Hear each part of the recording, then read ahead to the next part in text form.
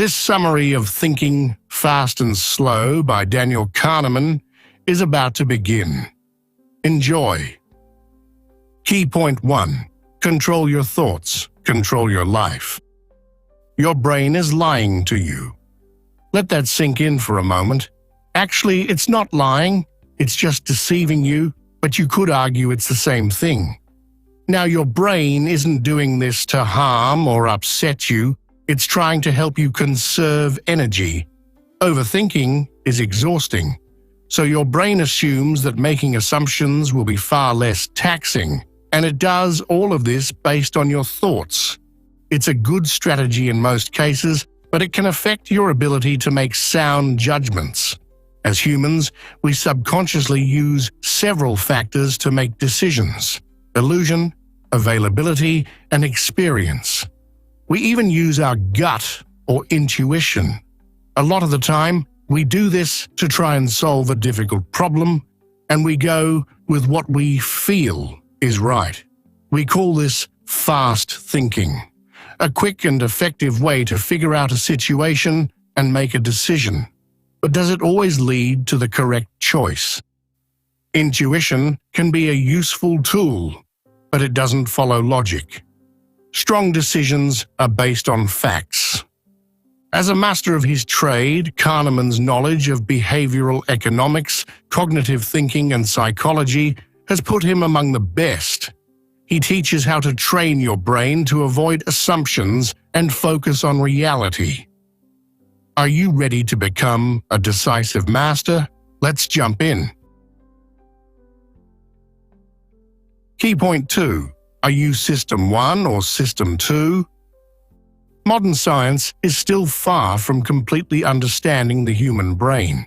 The complex grey lump of matter in our skull has captivated the attention of scientists since the dawn of time. It's pretty amazing when you think about it. However, psychologists Keith Stanovich and Richard West believe that we all have two systems for thinking.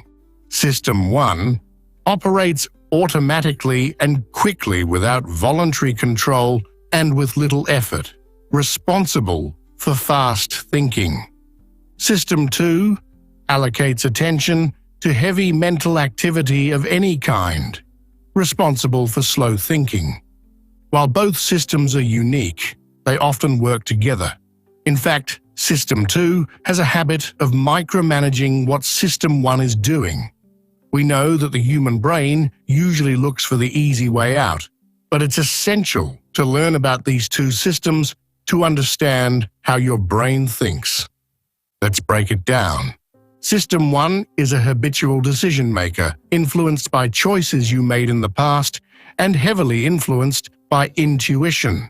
It often jumps to conclusions because it's not concerned with accuracy and wants to save time and energy. However, System 2 is a lot like a strict head teacher at school. It likes to look over things carefully and focuses on logic and fact. When you're stuck with a difficult decision, System 2 activates to delve into the problem and find the best solution. When System 1 is behaving itself, it asks for help from its more sensible sibling, System 2, if it can't find a way out of a tricky situation. This is when the two systems work together to find a way around the problem. However, the problem comes when System 1 decides to go rogue and doesn't ask for help from System 2. It assumes it can handle the issue on its own to save energy. And that's when jumping to conclusions occurs. When a solution requires a lot of effort, attention decreases. The more we are exposed to information and create ideas around what we learn, the more biases we develop. That is why it's so important to check the information we read online to ensure we believe the truth and not an altered version. Why is this important? Because System 1 loves to believe what it's told. Key point 3. Do you believe the facts? Cognitive bias affects so much of our lives that we don't even realize it. For example, If we hear that 5 million people in France eat toast for breakfast, our brains automatically assume that most French people have a love affair with their toasters. We believe this because of the sample we've been given. That's System 1 at work. Our brains don't think, hang on a minute, what about the other many millions of people who live in France? It just assumes, and from that, we develop a thought that is not based on fact. The anchoring effect occurs when a particular value for an unknown quantity influences your estimate of the whole.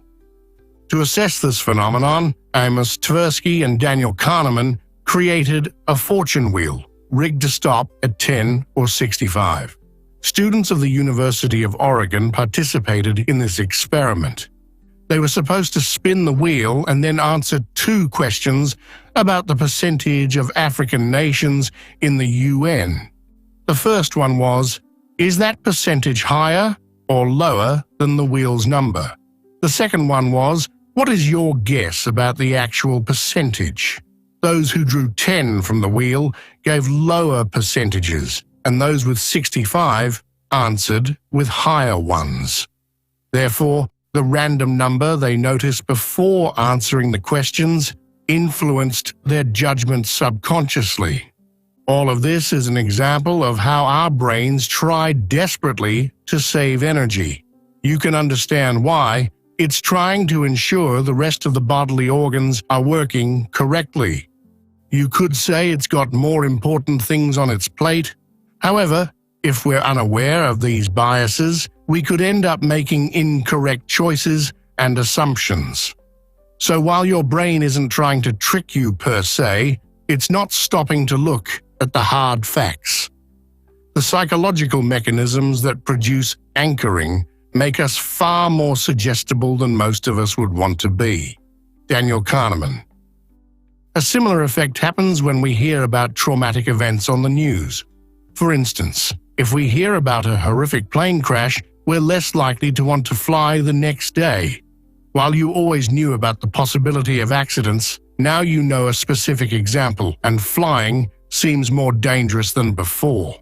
The key is to apply rational thinking and explore all sides. Key point 4. Statistics versus real-life experiences. System 2 loves statistics. If it could read books full of them, it would. That is because we can only make strong arguments and choices by arming ourselves with the facts. However, that doesn't mean that statistics are always accurate or a good indicator of what might happen next. Let's suppose you're from a place where humans don't eat meat.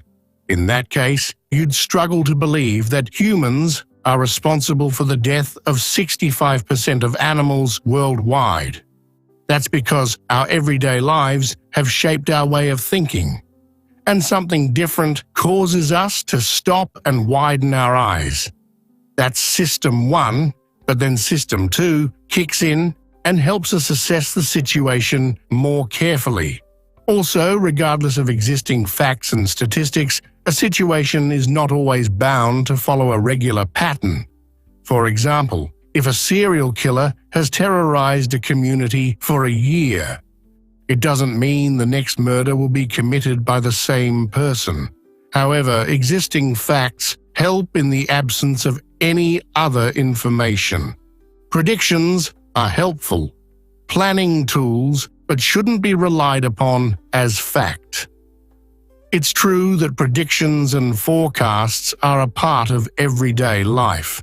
Across all fields of study, experts and professionals make predictions based on calculations and the facts available. We all do it.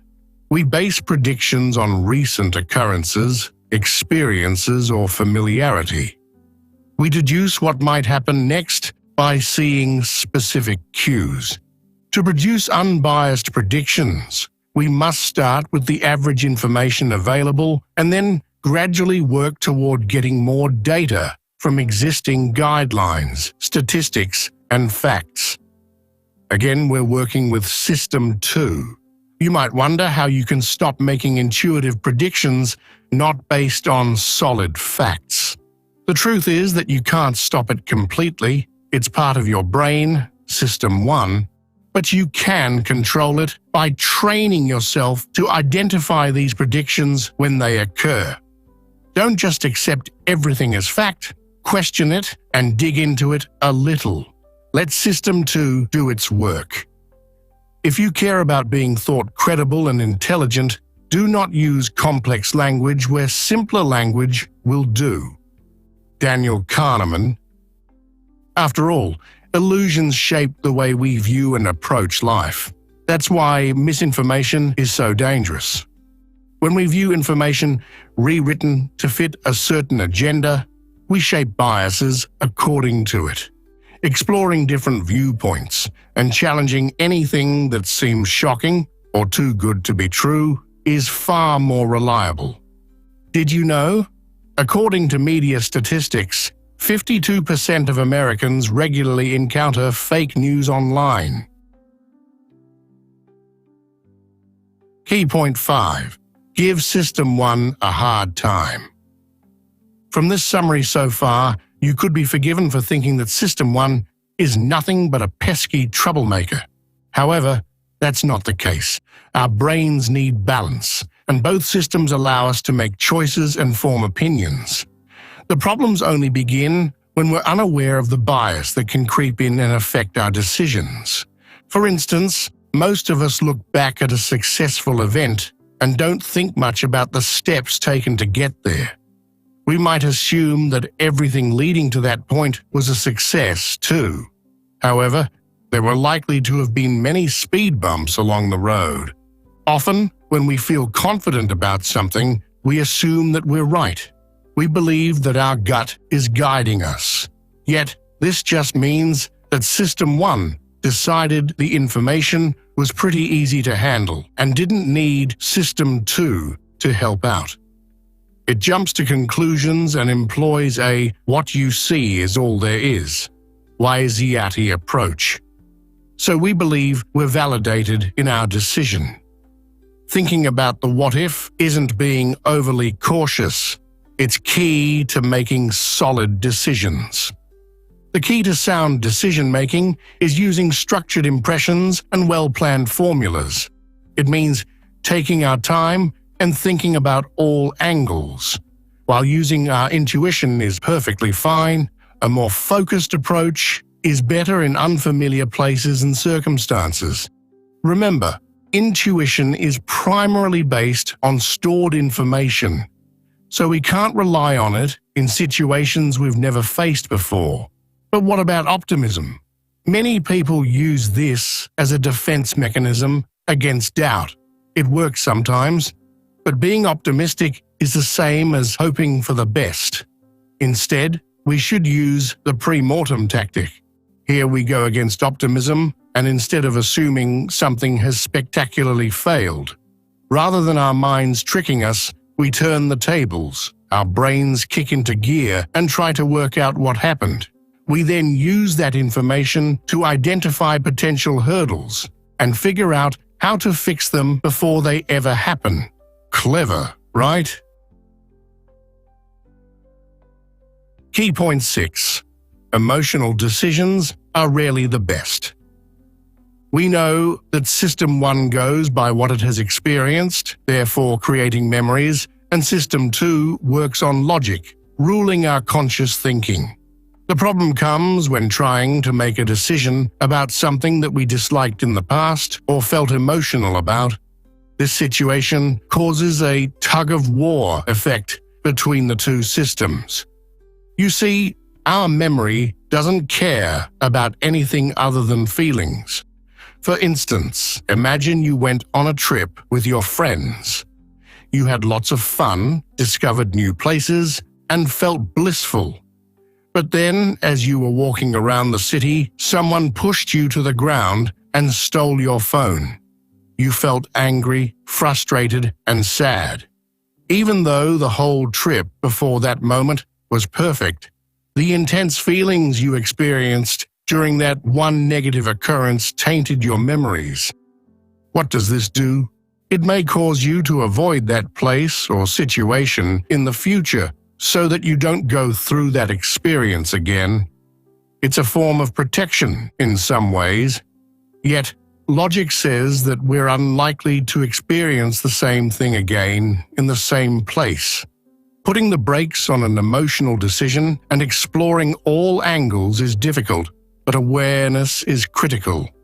Otherwise, we run the risk of missing out on great adventures and opportunities. Some decisions in life involve the risk of loss. Both systems don't like that at all, so they will always try and push us toward the safest bet, regardless of the probable outcome. For instance, if you know the ex-love of your life is likely to be at a party you've been invited to, you'll want to avoid it because you know it's going to hurt. The same goes for gambling. When the probability of a loss is higher than that of a win, you may instinctively want to avoid it. Of course, many people go against their instincts, but the pull is still there. Put simply, as long as there is a chance for a loss, the brain begins working toward avoiding it. Adopting risk policies to guard against loss is helpful, but it's not good to exaggerate it. See a decision as one of the numerous options available, and don't automatically dismiss an option because it contains potential loss. Ask yourself, what are the chances? And be realistic with your answer. Since rewards and punishments mold your reaction and motivate your actions, you should pay attention to them. Conclusion. Your experiences and biases shape your thoughts, and your thoughts affect your actions. So you can see why it's so important to make sure that the choices you make are positive and not drenched in misinformation. Ultimately, there is nothing wrong with thinking fast, as long as you're sure that cognitive biases aren't at the heart of your decision. And of course, sometimes thinking slow is just tiresome and energy wasting. Your brain is so complex that it's very easy to assume it's working for you in the right way. And most of the time, it is. But we live in a digital age where we get swamped with information at every turn. Taking the time to assess your thoughts and understand how they're formed is key to making solid choices based on what's best for you. After all, you wouldn't want to miss a fantastic opportunity, would you? Try this. Try journaling for a few weeks and see if you can spot any patterns in your thoughts. Do these thoughts come from a place of truth, or are you being influenced by misinformation? Challenge any troublesome biases by reading solid facts and statistics. Every time you need to make a decision, stop for a second and think things through. Putting on the brakes will allow you to avoid unhelpful choices. Summary complete. Please take a moment to rate it so we can help you grow in the best way possible.